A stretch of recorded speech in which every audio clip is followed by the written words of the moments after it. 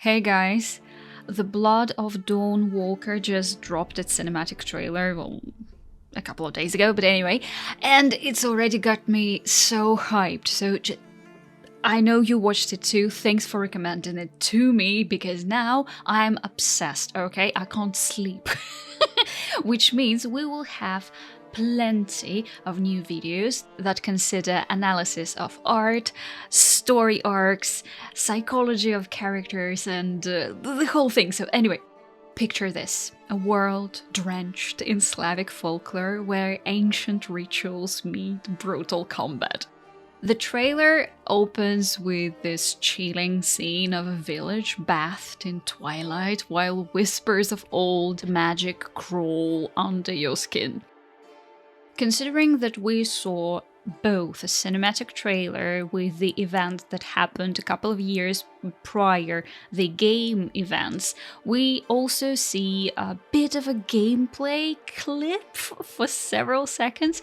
We already can say that the protagonist, Cohen, is somewhat of a lone warrior, like a lone wolf, but he's not a wolf, really. First of all, I want to tell you that these cinematic alone had so many lore details that you can't even imagine. I already planned, let me check, 13 videos based on the things that we saw, and I will try not to spoil you everything. So if you're new here, subscribe, because this is the thing that I do. I analyze art, psychology, symbols, and find a lot of references from real life that were put into fantasy realities, because as a writer myself, I see these patterns, and believe me, there are plenty.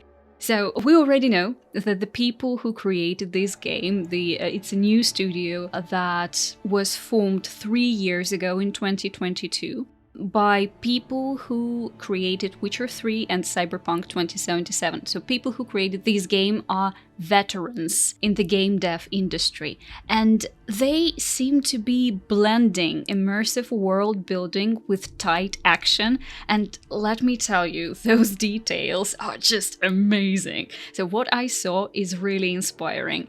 The glimpses of that dark, almost cursed forest and the old church gave me chills, and I can't wait to dive into this universe because it is so detailed. I noticed so many things, and I'm planning to slice this trailer down to its core in future videos. I will dig into every detail from those Slavic symbols with the writings and art, and it's going to be so fun to piece together the lore they're teasing us with. So keep an eye out for the future videos. You won't want to miss it, I promise you.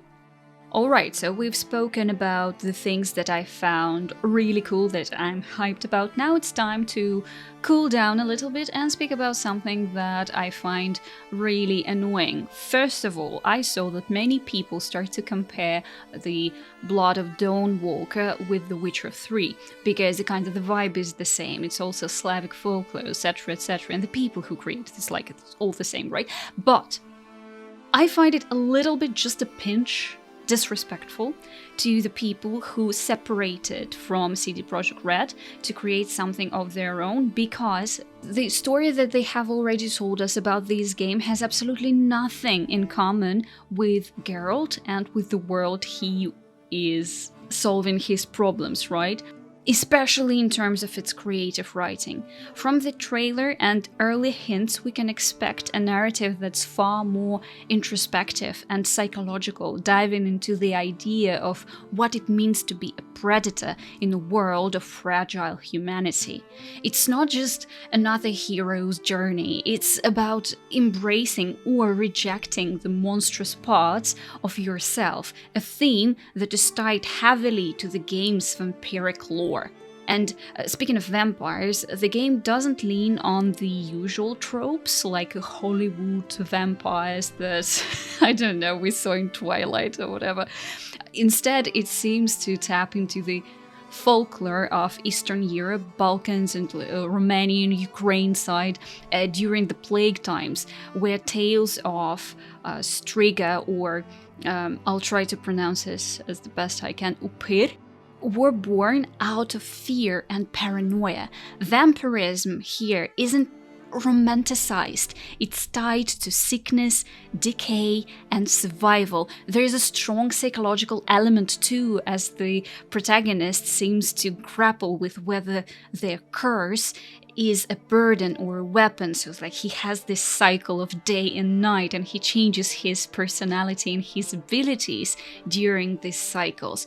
The way the trailer hints at this duality, those blood red tattoos or symbols that we see on his arm, I mean, they could mean something behind it, and trust me, it does look like alphabet that was combined. I'm still trying to find what kind of alphabet that is, but I saw these kind of symbols somewhere when I was researching some stuff for my writing. So if you already recognize these patterns and symbols and you see that it looks like some kind of language that you know, or maybe you can speak it, please let me know, because I really want to decipher this thing.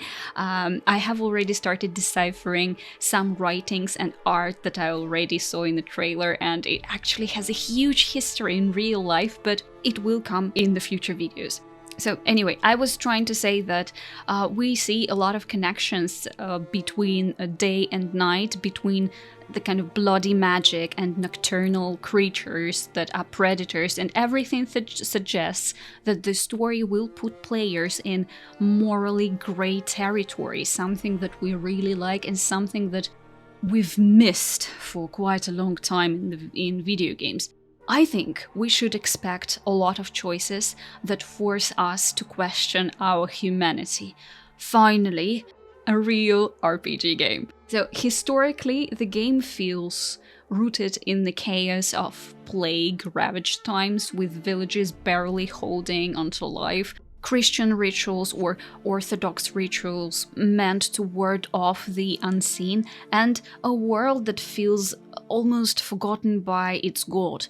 And the lore-rich world looks handcrafted, and because I watched the event, the stream that they had a couple of days ago, I can tell you that quests were handmade, as they said, or handcrafted as well. So two people will not have the similar playthrough because of the quest limit, so to say. So a lot of people think that one of the game mechanics is time, because there is a time limit. No, there is no time limit. There is a cycle of 30 days and 30 nights, and during this time you have to be very careful to analyze and to find what kind of quests make time go forward. However, you can still explore the game after this cycle is finished and after you get the ending, specifically based off the choices that you made during your playthrough. We will have a very complex game, which is gritty and raw in its art, but not in a way that feels overly dark or oppressive, and the game's visual style, I don't know, it feels almost like painterly.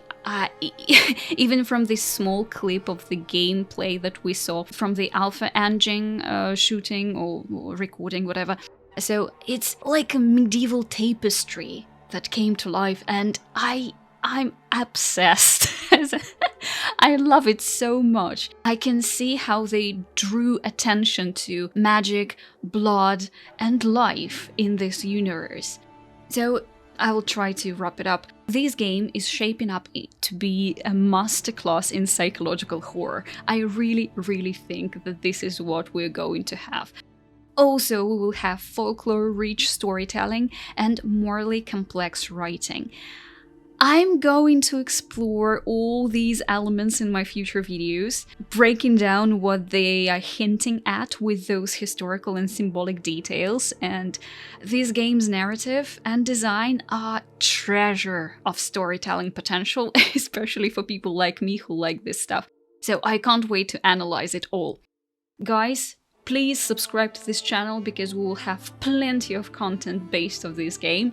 And if you have been with me since April 2024, oh god, I can tell you that I'm finally happy, since Dragon Age situation. I feel like I'm back, I feel alive, and I can finally create things that I am obsessed with. So have fun, play video games, and I'll see you in my next video very soon. Bye!